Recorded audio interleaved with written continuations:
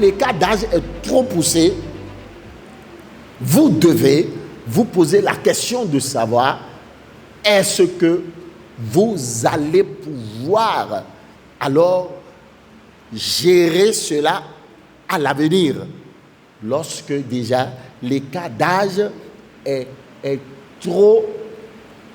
Vous devez vous poser des questions. Nous parlons de quoi? Nous parlons des fondements d'un mariage réussi et prospère.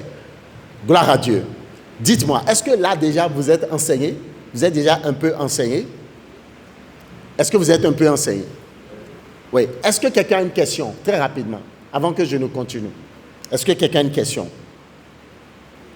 Est-ce que quelqu'un a une question? Amen? Est-ce que quelqu'un a une question? Non. Donc, je peux continuer. Gloire à Dieu. Alors, je vais vous parler de la reconnaissance officielle de votre relation par l'Église. N'oubliez pas, notre thème, c'est quoi? Ce sont les fondements d'un mariage réussi et prospère. Lorsque vous vous engagez dans une relation, que vous avez respecté ces 9 points que je viens d'énumérer, maintenant, vous devez penser à la reconnaissance officielle de votre relation par l'Église. Autrement dit, vous devez éviter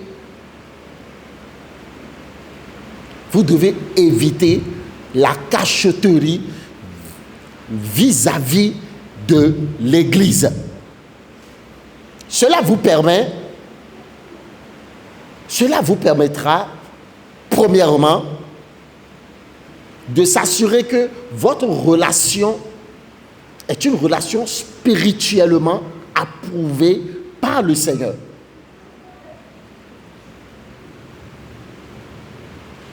Et deuxièmement, parce qu'il est important que toute relation soit ouverte devant Dieu, le pasteur et la congrégation,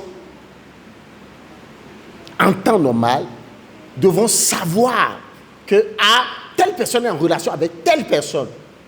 Cela pourrait apporter des informations sur votre conjoint ou sur votre conjointe, des informations que vous-même vous ignorez. Parce que lorsque la relation est ouverte, un jour, quelqu'un peut vous rencontrer et vous dire, est-ce que tu connais ton ami là? Moi, je le connais mieux que toi. J'ai suivi une émission à la télé la dernière fois où ils ont posé une problématique qui est que la femme s'est mariée à l'homme. Lui a fait 1 ou 2 enfants, alors qu'elle avait déjà 2 enfants au dehors, sans que l'homme ne le sache. Et c'est plus tard que l'homme l'a su. Amen. Mais comment est-ce que l'homme peut ne pas savoir cela? Donc, il y a beaucoup de choses entre un homme et une femme qui restent cachées et dissimulées. Et lorsque nous entrons dans ces mariages plus tard, cela devient des découvertes qui nous amènent beaucoup de frustration. Amen.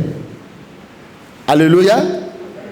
Donc, il est important que tout soit à découvert aussi pour que, au cas échéant, tout épisode de fornication passé ou présent soit révélé. Vous devez savoir si telle personne a été en concubinage avec telle autre sœur, avec tel autre frère. Cela va vous permettre alors de savoir si, en dehors de vos remarques personnelles vis-à-vis de votre conjoint ou conjointe, et en plus de ce que l'Église vous révèle, les frères vous révèlent, votre père spirituel, votre mère spirituelle, votre conducteur, celui qui est chargé de vous conduire, de vous éduquer jusqu'au mariage, au travers de ce qui vous sera révélé, cela vous permettra de faire la balance. Suivi des conseils, vous pourrez abandonner ces fiançailles ou vous pouvez choisir de vous y plonger. Mais Nous disons ces choses pour que nous puissions avoir des fondements solides dans le mariage, parce que tout passe par là. La reconnaissance officielle de votre relation par l'Église, elle est très importante. Il est impératif, je répète, que toute relation soit ouverte devant Dieu, le pasteur et la congrégation. Entretenir ouvertement une relation favorise également des relations saines et durables. Donc beaucoup de couples aujourd'hui entretiennent des relations en cachotterie, ou bien ils entretiennent des relations et personne ne peut rien dire là-dessus dans l'église. Et après cela, ça clash. Que Dieu nous en préserve. Que Dieu nous en préserve. Que Dieu nous en préserve. Alléluia. Et donc, il est très important que vous soyez informés alors du passé, d'une relation passée de votre conjoint ou de votre conjointe. Comment la relation s'est passée, pourquoi la relation n'a pas abouti. Et toutes ces informations, vous pouvez les avoir lorsque votre couple, votre couple est ouvert. Lorsque votre couple est ouvert, n'est pas caché. N'est pas caché. Ça vous permet aussi d'examiner la manière approfondie, le niveau des activités spirituelles de votre conjoint dans l'église. Le pasteur peut vous donner des informations précises. Le père spirituel, faites attention avec lui. Il connaît chaque fils correctement. Donc, si vous voulez entrer dans une relation, n'entrez pas dans une relation avec quelqu'un dont le père spirituel est un père spirituel prématuré. Qu'est-ce que je veux dire par là? Un père spirituel qu'il a connu à peine.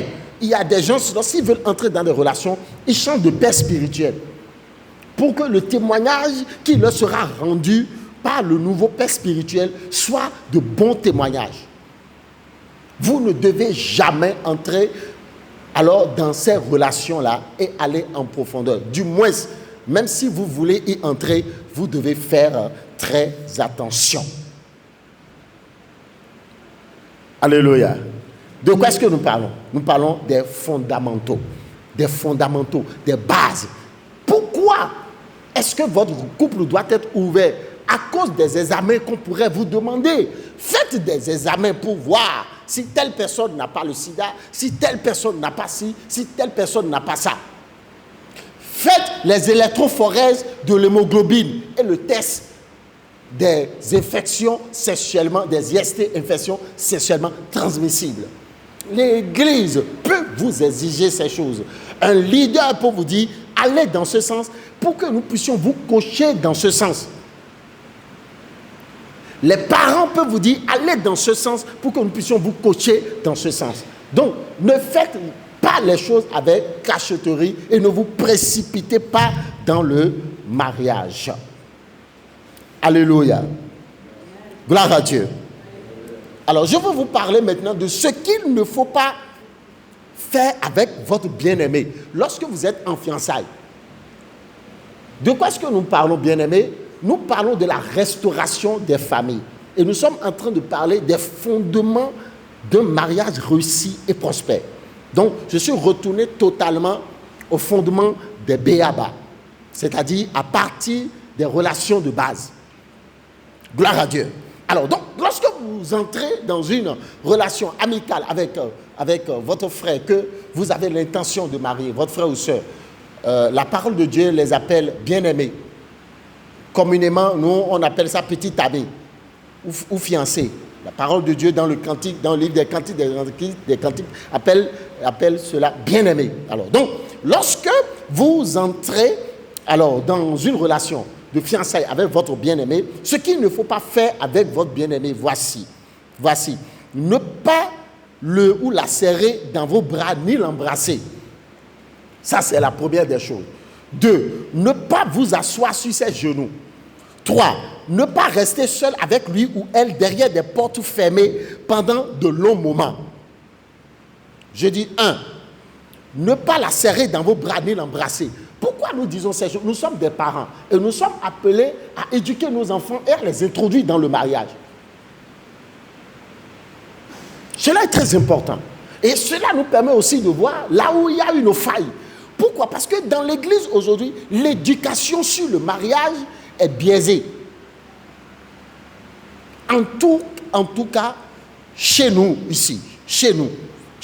C'est pourquoi nous sommes appelés à rétablir la société, à restaurer la société à partir de nos familles. D'où ce Shiloh qui s'attaque d'abord à la restauration de la famille au travers de ses enseignements. Je disais, premièrement, ne pas la serrer dans vos bras ni l'embrasser. Deuxièmement, ne pas vous asseoir sur ses genoux. Troisièmement, ne pas rester seul avec lui derrière des portes fermées pendant de longs moments. Quatrièmement, ne pas rester seul en sa compagnie dans des endroits isolés, à des heures indues. Amen. Cinquièmement, ne pas glisser votre main sous sa jupe, ni les passer à travers la fermeture de son pantalon. Sixièmement, ne pas coucher sur le même lit que lui ou qu'elle. Septièmement, ne pas vous déshabiller en sa présence. Huitièmement, ne pas lui caresser les seins, le vagin ou le pénis. Neuvièmement, ne pas avoir de rapport sexuel avec lui ou elle avant le mariage. Notez bien, vous aurez le temps pour faire toutes ces choses et faire tout ce que vous voulez. Mais c'est juste sur une période où vous êtes appelé à connaître votre conjoint, à établir les fondements, les bases. Les cours de préparation au mariage durent 6 mois. Moi, je préfère rajouter souvent 1 mois, 7 mois, pour pouvoir en appeler à la perfection, parce que le chiffre 7 relève de la perfection. Amen. Donc, dans la construction de ces bases, la femme est tenue pour responsable de tout péché immoral qui pourrait être commis. Tout dernièrement, j'ai eu la grâce d'introduire une sœur dans une relation avec un frère. Et j'ai dit à la sœur, ce n'est que le début, vas-y doucement. Mais quelque temps après, j'ai perdu de vue la sœur. Vous avez vu, ce que je viens d'appeler la reconnaissance officielle de votre relation par l'Église, là, ça a commencé par être biaisé. Parce que le couple a commencé à s'éloigner de l'Église. Et la femme est allée le voir. La femme s'est déshabillée devant l'homme. Et l'homme a voulu tenir une relation avec elle. Et du coup, la femme a fait non. L'homme n'a pas aimé, n'a pas apprécié. Et plus tard, cette relation a été brisée.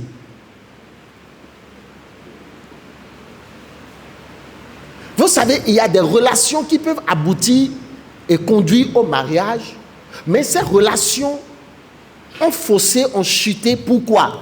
Parce que les fondamentaux n'ont pas été respectés. C'est pourquoi, lorsque vous avez des frères et sœurs que vous devez introduire dans le mariage et que vous devez conseiller pour cela, le conseiller ne doit pas céder aux pressions exigeant de lui qui célèbre le mariage dans un délai court. Il ne doit pas céder à cette pression.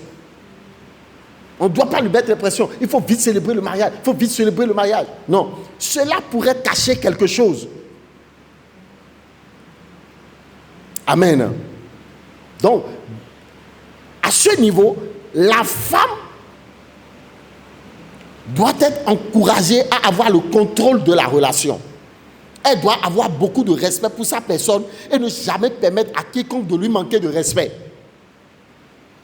Elle doit être encouragée à garder sa virginité de façon à pouvoir dire avec assurance quand elle devra à son tour conseiller d'autres personnes ce qu'elle n'a pas fait pendant ses fiançailles. Alléluia. Donc là, à ce niveau, le challenge revient beaucoup plus à la femme. Pourquoi? Parce que l'homme de nature est d'une émotion alors impulsive. Donc, l'homme voudra le sexe, mais c'est à la femme d'avoir du respect pour sa personne. C'est pourquoi nos enfants doivent être éduqués dans ce sens, doivent comprendre, nos enfants filles, jeunes femmes, doivent comprendre qu'elles ont de la valeur. Ce qui leur permettra d'avoir le mariage équilibré avec l'homme qu'elles prétendent épouser, ce n'est pas de se laisser au sexe avec cet homme pour satisfaire l'homme et pour se faire accepter par l'homme. C'est une erreur gravissime qui détruira non seulement sa propre vie, qui lui causera du tort et qui causera du tort au mariage demain, que ce soit avec cet homme ou avec quelqu'un d'autre. Donc, elle doit être en mesure de se garder pour que, dès qu'elle serait âgée à un certain niveau, déjà dans le mariage, elle puisse conseiller aussi d'autres de façon équitable, sans gêne, sur le plan du mariage et des fiançailles. Alléluia. Waouh. Est-ce que je parle à quelqu'un? Est-ce que je parle à quelqu'un? Est-ce que je peux continuer? Est-ce que quelqu'un a une question? Merci beaucoup pour la question. Oui, allez-y.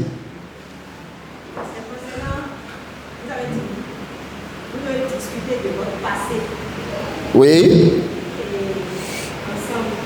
Oui, pas vraiment cela. Mais lorsque c'est officiellement reconnu par l'Église, l'Église peut vous informer du passé du conjoint ou de la conjointe.